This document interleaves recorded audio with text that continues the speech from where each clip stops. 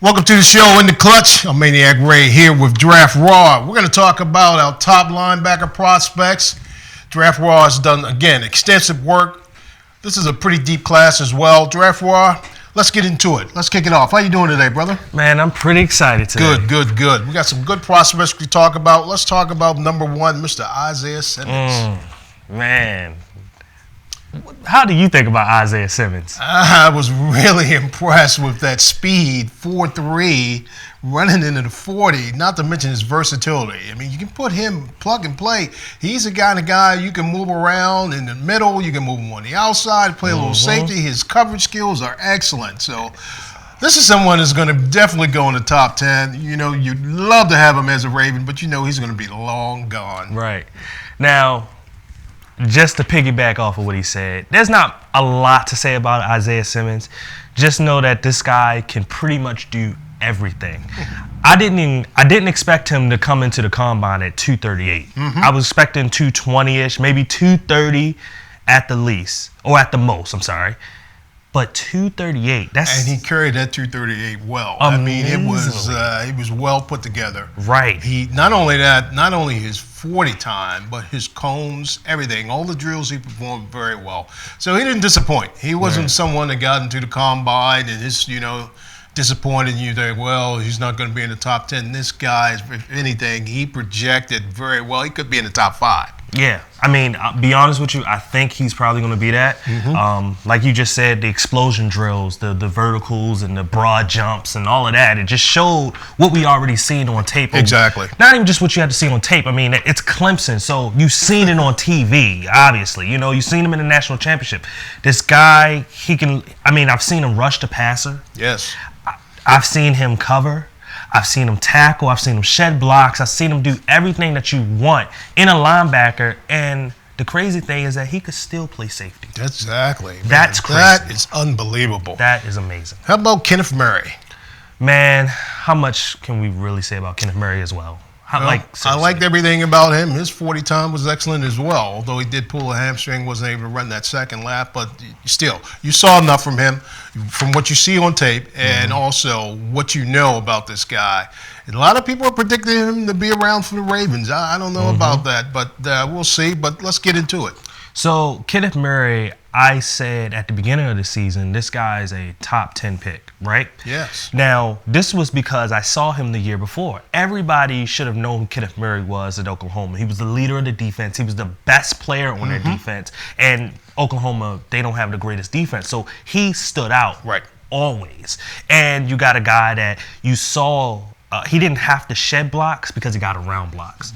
He tackled behind the line of scrimmage. He stopped running backs. He went out and covered guys. And it may have not always been one-on-one, but he was so smooth in just dropping back in coverage, the hips and the feet. It was everything that you want to see in a top linebacker prospect. Well, you know who he modeled his game behind. You know what's funny? What's funny is I said, this guy has a chance to be the next one. Oh, yeah. I said it, and then all of a sudden, the kid says it at the combine. Isn't that something? It was amazing. That's it what was crazy. He aspires to be. That'd be a dream for us if we were able to get him. I really, just the last thing I'll say, I really do love this kid, and I hope he's there for the Ravens. Yeah, I hope so, and I hope he gets healthy because he did pull a hamstring, and we both know those can be a little tricky, but he's got a lot of time to heal up. How about Mr. Patrick Queen? Man, Patrick Queen, athletic as any linebacker in this draft. Maybe even more athletic than I wouldn't say Isaiah Simmons. No, never mind. But he is pretty darn athletic. If I look at my notes here, I just put a fluid athlete, fast and high energy. I mean, that sums it up for a guy like Patrick Queen. What was you about to say? Well, you see him on the outside because he's a little light for the inside. Yeah, I think I would see him on the outside. What my belief when it comes to him is that he's a will linebacker, just like Isaiah. Which reason why I was saying he could be more athletic in a way. I'll tell you, it doesn't. If we're lucky enough that either one of those guys on the board, Murray or Queen, we're gonna be in excellent shape as Ravens fans. Now, I will say this though, because I don't want to get Ravens fans riled up about Patrick Queen. I won't say I'm not the biggest fan of Patrick Queen, only for the Ravens, right? Because I feel like in a 3-4 system, he may not thrive. Right, okay. You know what I mean? And it's no knock to Patrick Queen. I think Patrick Queen is a really solid linebacker. But I just don't think he is the prototypical or the prototype of linebacker for the Baltimore Ravens. That's just my opinion. He'd be an upgrade over 48, though. He would be. But you know what's crazy? I feel as though he is 48. Yeah, that's why I brought that name up. Yeah. That's why I brought that name up. But I think he would still be a little more athletic. A little more athletic and, could cover better as well. Oh, that's definitely better. How about Akeem Davis? So, Akeem Davis, two last names. Gaither. Davis Gaither. Wherever that came from, I don't know. I just look at my notes. And I technically don't even have to look at my notes. I just remember him being a small school guy. He was fast, like super fast. He actually reminded me of Darrell Washington. If you remember Darrell Washington from TCU back in 2010, was drafted by the Cardinals. He didn't last in the league too long because of off-the-field issues. It wasn't because of his play. Right. He was really one of the best linebackers he was a nice in linebacker. the game. Like, he was really one of the best. He's a guy that's also a natural will type of linebacker. But I feel with him, he could kind of actually fit the Ravens because I feel with Patrick Queen, he's not as physical as the other linebackers we talked about. And Akeem Davis Gaither, for being under 230. More in our system. Yeah, for being under 230 pounds. He's a physical type of guy. Physical. And he's able to get under tackles and move around in there. Yeah. I seen him literally, and they said he was about 220 because he showed up at about 220 at the Senior Bowl. I seen him literally jolt guys in college. And it was amazing to see him do that to offensive linemen at that weight. That's great. How about Malik Harrison? Oh, man, Malik Harrison. I'm not going to say I was disappointed, right? I'm going to just say that I feel as though he's a really average or solid linebacker in the NFL. I think that's what he's going to bring. I don't think he's going to be a game changer, if you know what I mean. I don't think he's going to be someone that is going to make a bunch of plays. I think that he's just going to be a regular solid linebacker that just does his job. Well, I mean, that can fit a lot of teams. It's good. I mean, fit a lot of teams. I think so. He's someone you're looking at maybe third, fourth round type of guy. It's one of those things where it's depending on what teams feel in their need. You know, the things that I did like about him, he was willing to take on blocks, which was, I mean, to me, taking on blocks is a huge thing for linebackers, right? And the willingness, even if he didn't shed them, he was willing. He's a very solid tackler, and he was just solid in coverage. Like I said, he was pretty average all the way around, but this is a guy that I think could sneak into that second round. Okay, all right. So he's someone you think could get in the NFL, and they can take his attributes and really bring them out in the NFL with good coaching. I think so. I mean, someone that can develop. He played at Ohio State, so there's something there. Right. We'll see. Troy Dye. Troy Dye from Oregon. Have you seen Troy Dye? I haven't watched as much tape as you have, I'm sure. I'm sure. And Oregon being on the West Coast, I haven't really spent as much time looking at them. Well, Troy Dye, if I just look at my notes, I just remember not being the biggest fan, okay? He lacks awareness. That was something that was evident on tape. I didn't think that he was just instinctively there most of the time. I thought that he wasn't looking at the play correctly. Think and then react type of guy. Yeah, and it was, you just have to be there. It's just something that you just have to know. I felt as though can't take on blocks and get move easily from offensive line. This is a guy making a tackle 5 yards down the field. 10 yards down the field. 10 yards, not 5. 10 yards, not 5. Okay. But I did feel as though he definitely has good range and coverage. Mm-hmm. That's a huge thing. This is the reason why he's considered one of the top linebackers. Okay. Is because he's got great cover ability. He's a nickel type of linebacker Okay. with a special athleticism. All right, and the way the league is evolving right now, there's definitely going to be a spot for him. He's someone that, you may bring in on third down just for that purpose. Just because of his cover skills, and that may also help him in his draft status. Like you said, it all depends on what these teams' needs are, right, and what they are trying to fill. All right, we got another OR that actually we want to talk about. And these may be some of the lesser-known linebackers that you haven't heard much about. But how about Chris Orr? Like the underrated linebackers. Yeah, exactly. The underrated. Okay, so with the underrated linebackers. You have someone, like you just said, Chris Orr. He's not athletic. He's a try-hard player. Okay. All right. If you know kind of what I mean. like his brother. Let's be for real. Yes. Zach Orr had a motor. He had a motor. Yes, he definitely did. He had a lot of determination, and that's actually how he actually made the Ravens. Yes. All right. And with him, like I said, him being an underrated linebacker, he's still kind of like an all-around linebacker, but he needs work on shedding blocks. Mm-hmm. That's one of the big things. What's his size? I believe he's about 6 foot, just like his brother. He's about 6 foot, but I think he's around like 235, maybe 240, maybe. And then he will attack the line of scrimmage. Mm-hmm.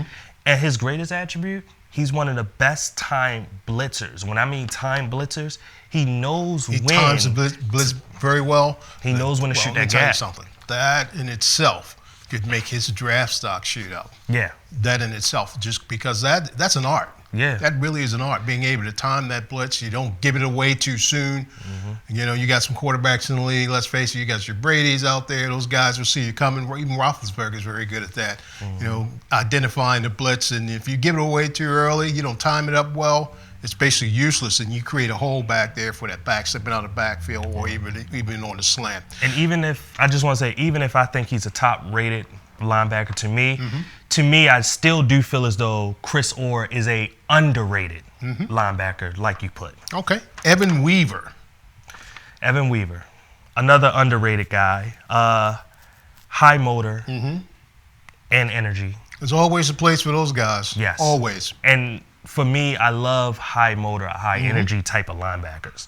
To me, he's a complete linebacker, period, in terms of I see him do a lot of the different things that you want in a linebacker. The only thing that he needs to work on is shedding blocks. Okay. All right. Jordan Mack, man, attacker. big hitter. He played at Virginia. I have a little bit of ties in Virginia. Cousin got drafted 2 years ago, Micah Kaiser. Nice. Another linebacker who, what I talked about earlier for the underrated linebacker and Chris Orr. You certainly fit that category. He timed blitzes just like him. Okay. For a middle linebacker to have those many sacks is crazy. But just to get to Jordan Mack, he's a big hitter, also still a good tackler. Some linebackers go for the big hits, but they don't wrap up. Right. So, but he was good. He was okay in coverage, and he was aggressive. Okay. And that's huge for me. Willie Gray Jr. Oh, man, Willie Gay. I don't know if this guy, I should have checked if he's the son of Willie Gay, the other Willie Gay, you know what I'm talking about. I wasn't really sure. Okay. But he was one of the faster linebackers at the combine. If it wasn't for Simmons, he was the fastest. His time was there. Yeah, he was 4.46. Right. Well, let's talk about his skills, his skill set. He's a little smaller linebacker. It's when he showed up at the combine, I believe he was around in the 240 range, maybe 235. It's not small, but it's pretty good. But I just saw more of a coverage linebacker. Okay. I didn't see anybody that took on blocks a lot and tackled and stuff like that. I just saw a guy that kind of was just great in coverage, and that's all pretty much what he brought to. And what system did he play in college? Is it 3-4? Most of the time, it's hard to tell. Right. A lot of these guys, they play in nickel situations. Gotcha. And so you can see 4 defensive linemen and 2 linebackers. Okay, because they're always changing sets. Yeah, it's weird. That's why I can't give a correct answer. You know what I mean? Can't peg him. Right. David Woodard. Oh, man. This was a guy that I was looking for at the combine. Mm-hmm. And he actually showed up pretty well from what I heard. You know, I didn't get to watch the full combine, but he's a smart, athletic, aggressive playmaker. Smart, athletic, aggressive playmaker. It sounds like draft status. It sounds like he should be possibly in the first round, right? Mm-hmm. But he's solid in coverage and he's solid with his tackling. He's not the best tackler and he's not great at coverage, and that's what will bring him down. Okay. But he plays hard enough because he's a smart, athletic, aggressive player. So he may be your first, second down back, or somebody come off the field because he can't cover that well, and then also fill in on special teams as well because of his tackling ability. Mm-hmm. There's one other guy out there, and I'm sure you want to talk about him, Mr. Cam Brown. Cam Brown. The only thing I can say about him is it's almost like Willie Gay. After studying all of these guys' tapes, and obviously there's more tapes for me to study. Okay. This is not it. These are just some of the topper known prospects. And we'll get deeper and deeper, of course, as more tape comes out on these guys as we get closer to the draft. You know, their pro days are coming up, so there's also chances for these guys to improve. But Cam Brown from Penn State, just a coverage guy. Nothing else really. Which, when you can cover, you're going to probably get drafted. All right. Do something in the NFL. Okay, and that's going to do it for this segment of the show. We'll be touching bases with you guys and just talking about some of the other top safeties, and we're going to get into that a little later in the show. But we're going to end the show right here. We want you to tune in. Make sure you watch us on the YouTube channel. And Draftrawthentic, what's that other channel that you also subscribe to? TV Free Baltimore. Subscribe. And at the end of the video, you can find out more about us and where you can follow us and where you can see us more. See ya.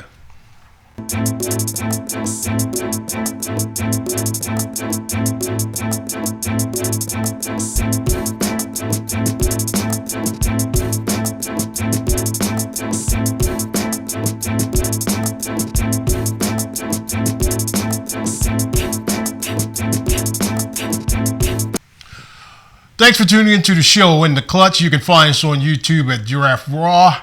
Please sign in and subscribe. Also on Uncut Sports on Facebook. You can also catch us at Ravens Nation as well. And Giraffe Raw, what's that page you subscribe to? Please subscribe to TV Free Baltimore. You can find them on Facebook, Twitter, and of course, YouTube. And if you want to see more of me, you can subscribe to Draftrawthentic on Facebook, Instagram, and Twitter. And the opening song is called Bring the Pain. That's by the artist Renard. Streaming on all major platforms, specifically Spotify. We'll see you next week. Thanks for tuning in.